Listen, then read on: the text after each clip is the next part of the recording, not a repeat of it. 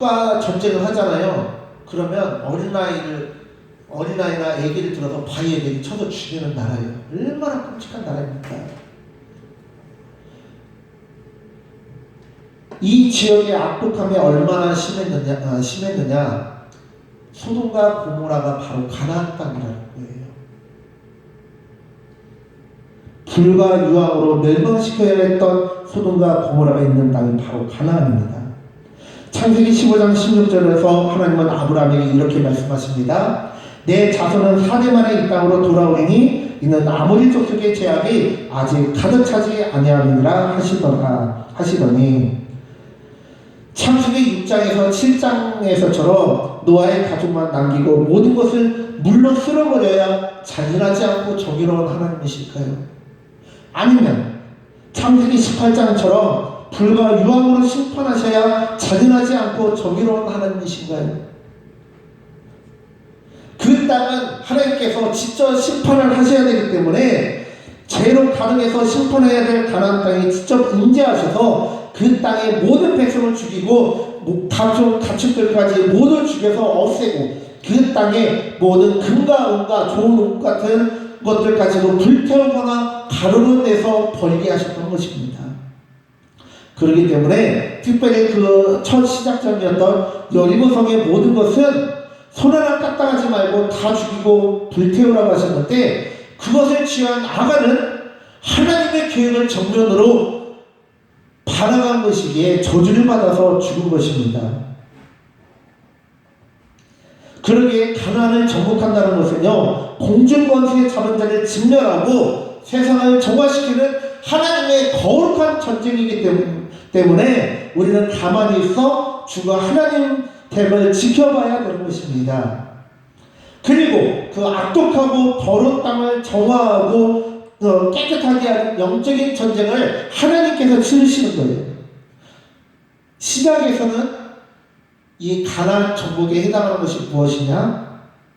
예수님께서 십자가에서 죽으시고 부활하심으로 죄와 사망의 권세를 이기시고 이제는 이 세상을 정복하신 것처럼 구약에서는 삼위일체 하나님께서 가나안을 정복하시고 가나안을 다스리심으로 하나님이 세우고자 하는 나라, 하나님의 가치관을 널리 전하는 나라로 세우고자 하셨던 것입니다. 왜 이스라엘 백성들이 제사장 나라냐면 하나님을 모르는 자들을 위해서 제사를 지내고 하나님이 누구인지 인간이 어떻게 살아야 하는지를 가르쳐야 하는 사명을 가졌기 때문입니다. 그렇기 때문에 이스라엘은 하나님의 말씀을 부지런히 배우고 익히고 말씀대로 살아가야 합니다. 부지런히 여호와의 길을 걸어가야 합니다. 이 사명을 이스라엘이 제대로 감당하지 못했기 때문에 오늘날 예수님께서는 에클레시아라고 하는 교회를 통해서 우리에게 그 제사장 나라의 사명을 감당하라고 하신 것입니다. 말씀을 정리하겠습니다. 이스라엘 백성들은 출애굽기 19장 5절로 6절에 시내산 언약을 맺었습니다. 그 내용은 다음과 같습니다. 세계가 다 내게 속하였나니 너희가 내 말을 잘 듣고 내 언약을 지키면 너희는 모든 민족 중에서 내 소유가 되겠고 너희가 내게 대하여 제사장 나라가 되며 거룩한 백성이 되리라. 너는 이 말을 이스라엘 자손에게 전할지니라. 이것을 감당하지 못했기 때문에 예수님께서 이 땅에 오셔서 우리에게 이스라엘에게 주셨던 그 사명을 교회 공동체에게 주셨습니다. 그것은 베드로전서 2장 9절에서는 이렇게 말합니다. 그러나 너희는 택하신 족속이요 왕같은 제사장들이요 거룩한 나라요 그의 소유가 된 백성이니 이는 너희를 어두운 데서 불러내어 그의 기이한 빛에 들어가게 하시니 아름다운 덕을 선포하게 하려 하십니다. 아멘. 이스라엘 백성들이 제사장 나라가 되지 못하도록 주변의 각종 나라들이 유혹하고 괴롭혔습니다.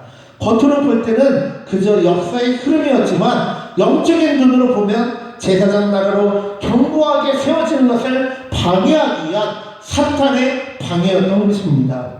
그렇기 때문에 우리는 이 영적인 눈이 열려서 사탄이 제사장 나라인 각 교회들과 성도들을 유혹하고 괴롭혀서 사명을 제대로 감당하지 못하도록 막고 있는 이 영적인 현장을 제대로 보고 반드시 이겨내야 하는 것입니다. 교회 내부적으로는 서로 뜨겁게 사랑하여 사랑의 새벽길을 형성하여 절대 끊어지지 않아야 합니다. 교회 외부적으로는 칭찬받는 교회, 주님의 사랑을 전하는 교회가 되어야 됩니다. 우리는 거룩한 제사장 나라의 백성이 되기 위해서 하나님의 말씀을 제대로 배우고 익히고 실천하고 전해야 하는 것입니다. 그렇기 때문에 더 이상 어린애 신앙에 머물러 있는 것이 아니라 우리는 이미 복을 받았기 때문에 복을 달라고 기도할 것이 아니라 먼저 그의 나라와 그의 의를 구해야 하는 것입니다. 우리는 이미 구원을 받은 자이고 주님의 군사된 자이기에 다른 사람들 앞에서 의기양양하게 자랑할 수 있도록 성공하게 해달라고 잘 살게 해달라고 기도할 것이 아니라 누가복음 9장 23절의 말씀처럼 십자가를 지고 살아가야 합니다. 또 우리에게 이르시되 아무든지 나를 따라오려거든 자기를 부인하고 날마다 제 십자가를 지고 나를 따를 것입니다. 자아실현이 아니라 자신의 꿈을 이루려고 기도하고 복을 받으려고 신앙생활을 하는 것이 아니라 예수님께서 본을 보여주신 것처럼 나의 십자가를 지고 주님의 길을 따라가는 것, 주님을 위해서 남을 위해서 죽어줄 수 있는 제사장이 되어야 하는 것입니다. 이것을 로마서 12장 1절에서는 이렇게 말씀하고 있습니다. 그러므로 형제들아 내가 하나님의 모든 자비하심으로 너희를 권하노니 너희 몸을 하나님이 기뻐하시는 거룩한 산 제물로 드리라. 이는 너희가 드릴 영적 예배니라. 아멘. 우리의 몸을 거룩한 산 제물로 드릴 수 있어야 합니다. 제사장은요 하나님의 음성을 듣는 자예요. 제사장은 자신의 몸이 하나님께서 인지하시는 거룩한 성전이 되는 자입니다. 제사장은 자신의 몸을 하나님이 기뻐하시는 거룩한 산 제물로 드리는 자입니다. 자기 자신을 하나님께 산 제물로 드림으로 말미암아 인간과 하나님 사이를 화해시키는 중재자 역할을 하는 것입니다.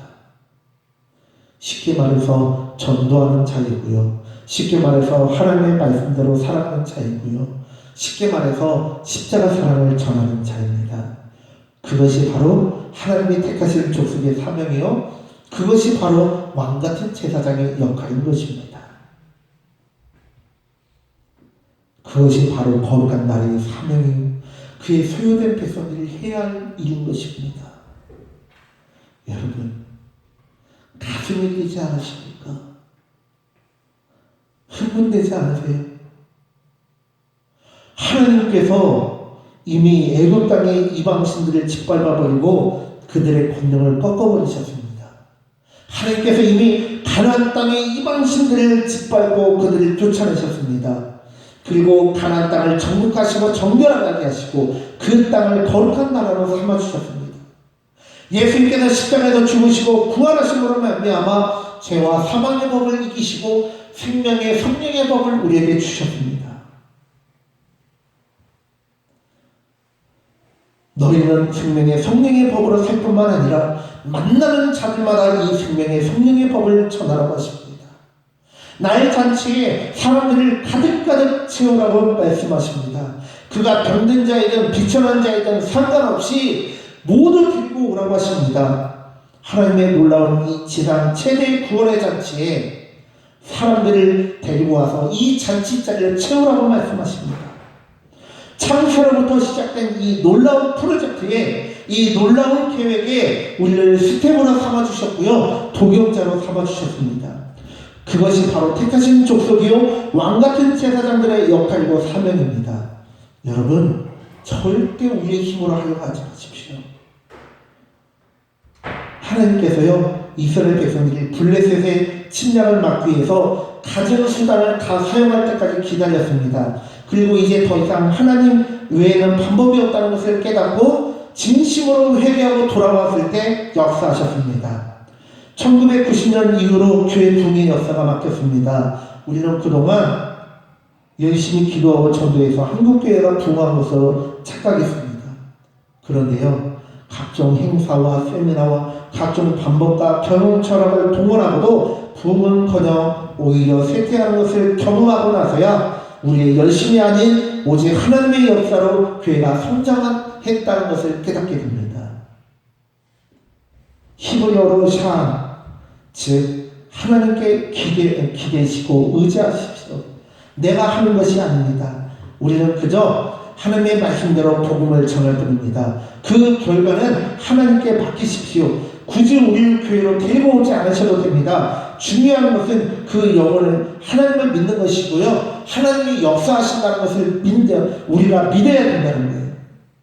코로나로 인해 많은 교회들이 어렵지만 작은 우리 교회는 오히려 교회 페인트 공사도 하고 빚도 올해 1,000만 원이나 갚았고요. 재정도 지금 800만 원이나 재정이 남아있습니다. 하나님의 은혜잖아요. 구약에서는 하나님은 이스라엘 백성에게 하나님의 전쟁의 증인이 되라고 말씀하십니다. 신약에서는 예수님의 영적인 전쟁의 증인이 되라고 말씀하십니다. 오늘 본문의 이스라엘 백성들이 나를 위한 왕을 주소서라고 간구하는 것처럼 헛된 것을 구하지 마십시오. 다만 하나님 나의 왕이 되어 주셔서 그리고 왕의 명령에 복종하는 삶을 살게 하소서, 왕같은 제사장이 되게 하소서라고 기도하며 살아가는 귀한 저와 우리 모든 성도님들이 되시기를 간절히 축원합니다. 기도하겠습니다.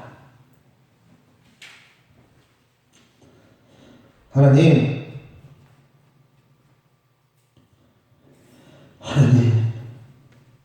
우리가 주님의 말씀을 기억하게 하여 주시옵소서.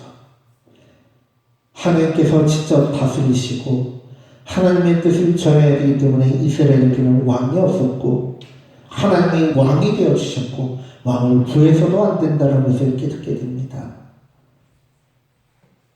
전쟁은 요구 없게 속했습니다. 왜냐하면 하나님만이 그 거룩한 전쟁을 치르시고 하나님만이 그 전쟁을 감당하실 수 있기 때문입니다. 우리는 그저 주님의 증인이 되면 우리의 사명을 다 감당하는 것입니다. 주님, 우리가 주님께서 우리에게 사명을 맡기신 것처럼 우리가 그 사명을 잘 감당케 하여 주시옵소서. 왕을 주소서라는 것은 하나님을 왕으로 인정하지도 않고 하나님을 왕으로 인정하지 않겠다는 것은 하나님의 계획을 부정하는 것이고 하나님께서 맡기신 사명을 감당하지 않겠다는 뜻입니다.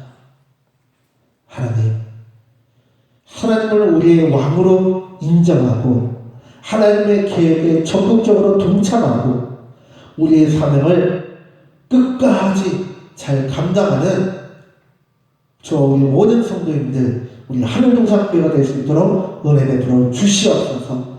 감사드리며 예수님의 이름으로 기도드립니다. 아멘.